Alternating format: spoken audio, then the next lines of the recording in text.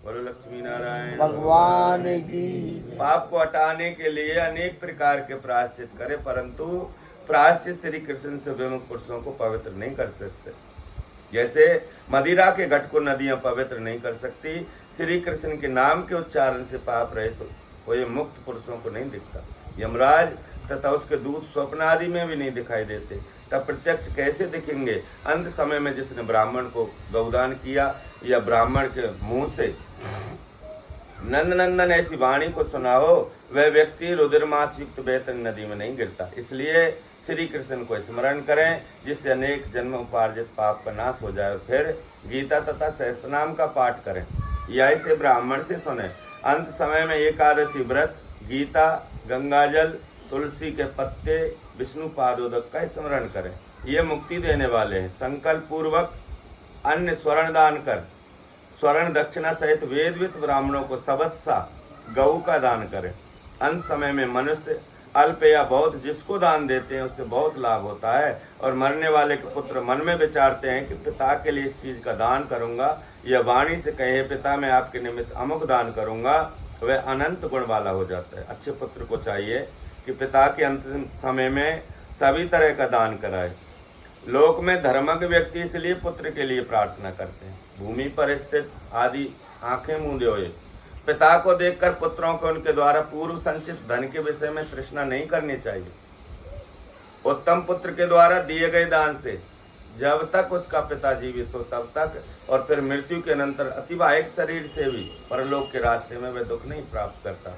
आतुरकाल, चंद्र ग्रहण, सूर्य ग्रहण के समय सात्विक दान देना अधिक पुण्यप्रद है।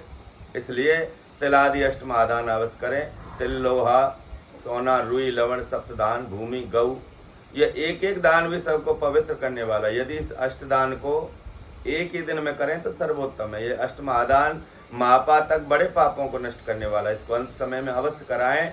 इसके फल को तुमको बताता हूँ, ये सुनो। श्री कृष्ण बोले, मेरे द्वारा उत्पन्न हुए 3 तरह के तिल हैं, वे बहुत ही पवित्र हैं। उनके दान देने से सब असुर दैत्य दानव तृप्त हो जाते हैं। ये तिल श्वेत रंग, कृष्ण रंग और कपिल रंग के होते हैं। उनके दान देने से मन, वचन आदि से किए हुए सब पापों का नाश हो जाता है। लोहे का दान भूमि पर हाथ रख कर देना चाहिए। ऐसा करने से वह जीव यम सीमा को प्राप्त नहीं होता और यम मार्ग में नहीं जाता। पाप कर्म करने वाले व्यक्ति के निग्रह करने के लिए यम के हाथ में कुल्हाड़ी, मूसल, दंड, तलवार तथा छुरी शस्त्र के रूप में रहते हैं। यमराज के आयुध्यों को संतुष्ट करने के लिए लोहे का दान करना बताया गया है। इसलिए यमलोक में सुख देने वाले लोहे का दान अवश्य करना चाहिए। करण, श्याम सूत्र, सुंडोम, उदम्बर, शेषबल इत्यादि यमदूत लोहदान से प्रसन्न होते हैं। ये गरुण सब दानों में अत्यंत गुप्त उत्तम दान के विषय में तुम्हें बताता हूँ, उसे ध्यान से सुनो। जिस दान से स्वर्ग, मृत्यु, पाताल स्थित सब कुछ होते हैं। ब्रह्मादि देवता, ऋषि आदि धर्मराज की सभा में रहने वाले सब स्वर्ण का दान करने से प्रसन्न होकर वरदान देते हैं। अतः स्वर्ण दान अवश्य करें। प्रेतोद्धार के लिए स्वर्ण का दान अवश्य करें, जिससे प्रेत यमलोक में न जाकर स्वर्गलोक में जाए। बहुत समय तक सत्यलोक में निवास करने के बाद फिर व्यक्ति मनुष्य लोक में राजा, रूपवान, धर्मज्ञ, वाचाल, लक्ष्मीवान, बड़ा पराक्रमी होता है। रुई के दान से यमराज के दूत का भय नहीं रहता। लवण दान से यमराज का भय समाप्त हो जाता है। लोह, लवण, कपास, तिल, स्वर्ण दान से यमपुरवासी चित्रगुप्त आदि प्रसन्न होते हैं। सप्तदान का दान करने से धर्मराज और यमपुरी के तीनों द्वारों पर नियुक्त द्वारपाल भी प्रसन्न हो जाते हैं। धान, जौ, गेहूं, मूंग, उड़द, काकुन या कंगनी के चावल और चना, ये सप्तदान कहे गए हैं। जो आदमी गोचर मात्र भूमि यानी 100 गायें और 1 बैल जितनी भूमि पर स्वतंत्र रूप से रह सके, विचरण कर सके, उतनी विस्तार वाली भूमि गौचर्म कहलाती है। इसका दान समस्त पापों को नाश करने वाला है। विधान पूर्वक सत्पात्र को जो देता है वह ब्रह्म हत्या के पाप से मुक्त होकर पवित्र हो जाता है। ऐसा मुनीश्वरों ने देखा है। राज्य में किया हुआ अर्थात राज संचालन में राजा से होने वाला महापाप न व्रतों से, न तीर्थ यात्रा से और न अन्य किसी दान से नष्ट होता है, अपितु वह तो केवल भूमि दान से ही समाप्त होता है। जो व्यक्ति ब्राह्मण को धानपूर्ण पृथ्वी का दान करता है वह देवताओं और असुरों से पूजित होकर इंद्रलोक में जाता है। गरुण, भूमिदान बिना और दान अत्यंत अल्प फल देने वाले हैं। पृथ्वी दान दिन प्रतिदिन बढ़ता है, इससे भूमिदान अवश्य करें। जो भूमि का स्वामी होकर ब्राह्मणों को दान नहीं देता वह जन्म जन्मांतर में ग्राम में कुटी ना मिलकर दरिद्री होता है। जो स्वामी का अभिमान रख वास करने के लिए कुछ भी पृथ्वी का दान नहीं करता वह शेष जी जब तक भूमि धारण करेंगे तब तक नरक में वास करेगा। इसलिए भूमि का स्वामी होकर पृथ्वी दान अवश्य करें और जो पुरुष हैं उनको भूमि दान ना देकर गौदान देना, ये हमारा मत है। अंत समय में रुद्र देनु, ऋण देनु, मोक्ष देनु आदि गौदान करें। बेतरनी देनु शब्दी दें। हे गरुण, ये गौदान मनुष्य के कायिक वाचिक मानसिक पाप त्रिविध रहित करता है। बालकपन में, कुमारपन में, युवावस्था में, बुढ़ापे में, रात्रि में तथा प्रातः समय, दोपहर के समय, तीसरे पहर, संध्या समय और जन्म जन्मांतर में भी जो कुछ पाप मन वचन काया से किए हों उनकी निवृत्ति के लिए एक बार भी दूध देने वाली सवत्सा, कपिला, दक्षिणा सहित तपस्या, व्रत आदि युक्त वेद पाठी ब्राह्मण को दान देने से सब पाप छूट जाते हैं और अंत समय में वही उद्धार करने वाले होती है। स्वच्छ चित्तावस्था में दी गई 1 गाय, आतुरावस्था में दी गई 100 गाय और मृत्यु काल में चित्तवर्जित व्यक्ति के द्वारा दी गई 1000 गाय तथा मरणोत्तर काल में दी गई विधि पूर्वक 1 लाख गाय के दान का फल बराबर ही होता है। यहाँ पर स्वस्थ अवस्था में गौदान करने का विशेष महत्व बतलाया गया है। तीर्थ में सत्पात्र को दी गई 1 गाय का दान 1 लक्ष गौदान के बराबर होता है। सुपात्र को दान देने से लक्ष गुण फल होता है और देने वाले को अनंत गुण फल होता है। सुपात्र को प्रतिग्रह लेने का दोष नहीं लगता। प्रतिग्रह दोष कैसे कहें, मतलब दोष लगता है। जैसे हम कोई भी वस्तु को दान में लेते हैं, ब्राह्मण को बताया है, फिर भी उसके लिए भजन और उसके माध्यम से जो भजन करता है उसको प्रतिग्रह दोष नहीं लगता। आप विवाह में जैसे कन्यादान लेते हैं, तुरंत गौदान करते हैं, वहाँ प्रतिग्रह दोष ना लगे हमको। इधर लड़की वाला भी करता है, इधर लड़का वाला भी करता है। हाँ, प्रतिग्रह दोष लगता नहीं तो तुरंत। दोष क्या होता है, वो लेने वाले पर जैसे हमने लिया है उसका हम फायदा ही नहीं उठा सकते कभी, और वो हमारे लिए मतलब कर्ज और खोपड़ी पर मतलब रखे, वो दोष।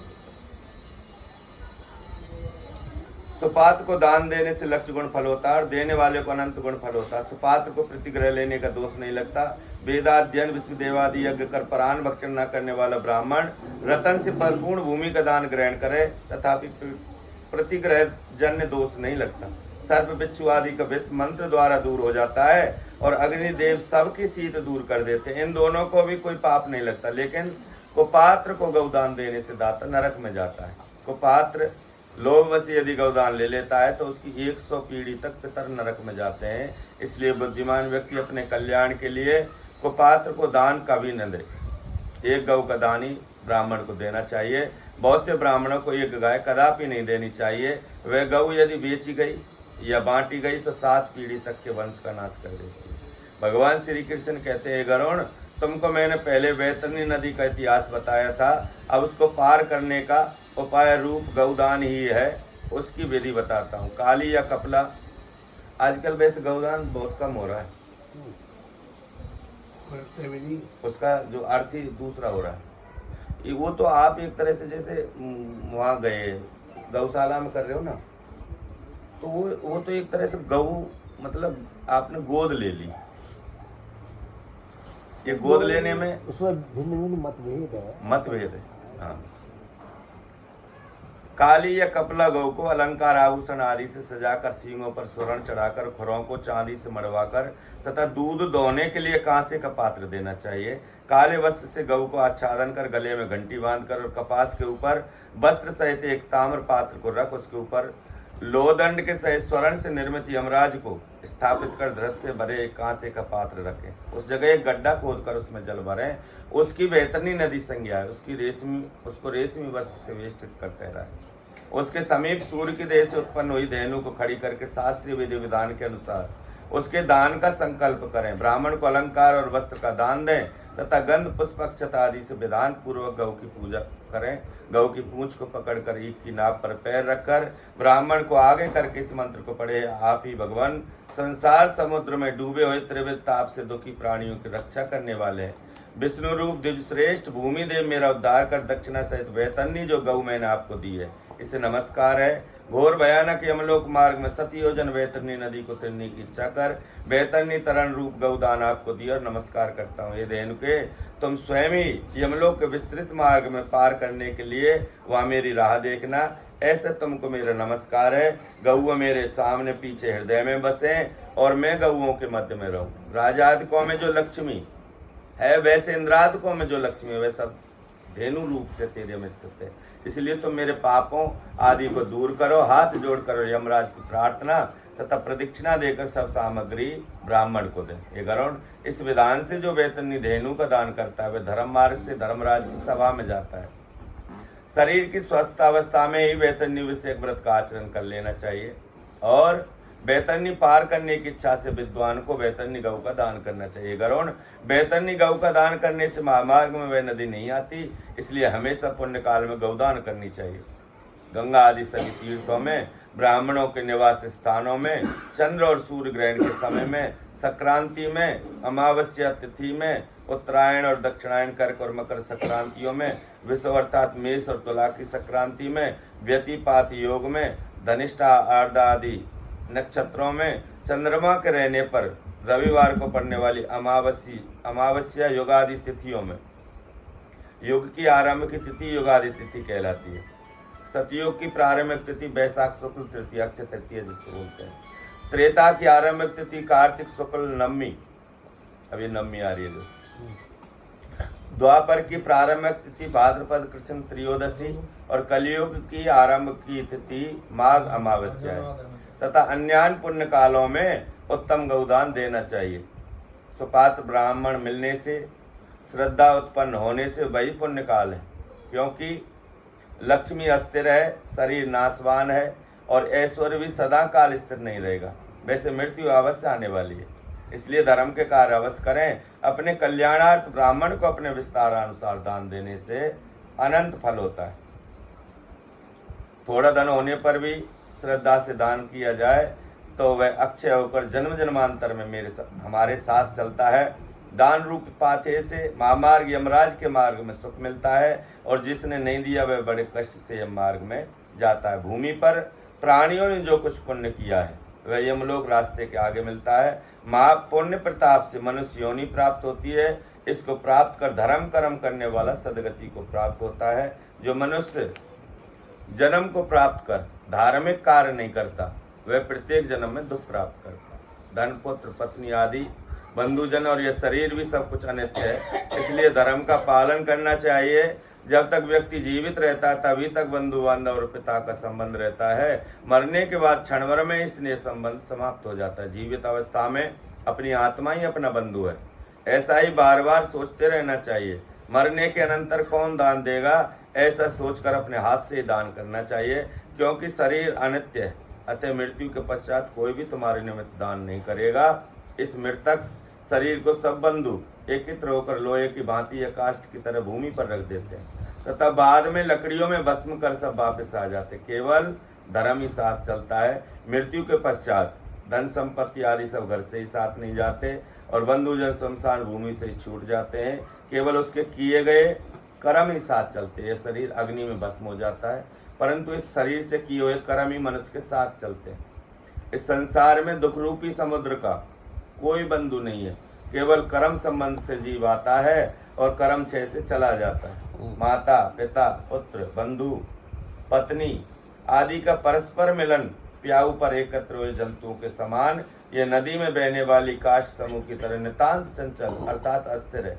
किसका पुत्र किसका पौत्र, किसकी पत्नी और किसका धन, संसार में कोई किसी का नहीं है। इस कारण से अपने हाथ से स्वयं दान देना चाहिए। जब तक धन अपने अधीन है तब तक ब्राह्मण को दान कर दें, क्योंकि धन दूसरे के अधीन हो जाने पर दान देने के लिए कहने का साहस भी नहीं होगा। पूर्व जन्म में किया हुआ दान इस जन्म में मिलता है, ऐसा जानकर धन का दान करें। धर्म करने से धन की प्राप्ति, धर्म करने से धन की प्राप्ति, धर्म से कामनाएं सिद्धि तथा धर्म से मोक्ष मिलता है। इसलिए धर्म का आचरण करें। श्रद्धा से धर्म होता है, पर धन समूह से धर्म सिद्ध नहीं होता, क्योंकि निष्कंचन साधुजन केवल श्रद्धा से सदगति को प्राप्त हो जाता है। जो व्यक्ति पत्र फूल फल अथवा जल मुझे भक्ति भाव से समर्पित करता है, उन संतामता के द्वारा भक्ति पूर्वक दिए गए पदार्थों को मैं प्राप्त करता हूँ। द्रौपदी ने शाक, गजेंद्र ने पुष्प, सबरी ने फलबेर तथा रंतदेव ने जल प्रदान कर भगवत कृपा प्राप्त की। इसलिए विधि विधान के साथ अवश्य दान देना चाहिए। थोड़ा हो या अधिक इसकी कोई गणना नहीं करनी चाहिए। जो पुत्र पृथ्वी पर पड़े हुए आतुर पिता के द्वारा दान दिलाता है, वह धर्मात्मा पुत्र देवताओं के लिए भी पूजनीय होता है। माता पिता के निमित्त जो धन पुत्र के द्वारा सत्पात्र को समर्पित किया जाता है, उससे पुत्र पौत्र और प्रपौत्र के साथ वह व्यक्ति स्वयं भी पवित्र हो जाता है। पिता के उद्देश्य से किए गए दान से 100 गुना, माता के उद्देश्य से किए गए दान से 1000 गुना, बहन के उद्देश्य से किए गए दान से 10,000 गुना और सगे भाई के निमित्त से किए गए दान से अनंत गुना पुण्य प्राप्त होता है। कितने ही प्रकार के उपद्रव दान देने वाले को नहीं होते, नरक का दुख भी नहीं होता और अंत समय में यमदूतों का भय भी नहीं होता। जो अंत समय में लोभ बस दान नहीं देते, वे कंजूस पापी पुरुष मरने के बाद बहुत दुखी होते हैं।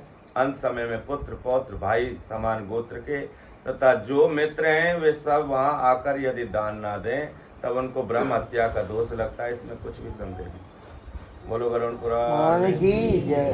तन पवित्र सेवा करो, धन पवित्र करो दान, मन पवित्र हरि भजन सो होए त्रिविध कल्याण। 3 विधि से आदमी दुखी होता है। कोई तन से दुखी होता है, कोई मन से होता है और कोई धन से। उनकी निवृत्ति भी तन की पवित्रता, सेवा, जहाँ भी आपको सेवा का मौका मिल रहा है, चाहे वो पति की सेवा है, पति से ज़्यादा सास ससुर की सेवा है, क्योंकि जो सुहाग को आप अपना पति बोल रही हैं वो उन्हीं की कृपा से है। सेवा करें, धन पवित्र करो दान। जैसे आप कोई भी भीषण उसमें जलन हो रही है, वहाँ अगर आप दान करेंगे तो तुरंत आपको उससे शांति मिलेगी। और मन पवित्र हरि भजन से होए त्रिविध कल्याण। आत्म कल्याण की 3 ही विधि है शास्त्रों में।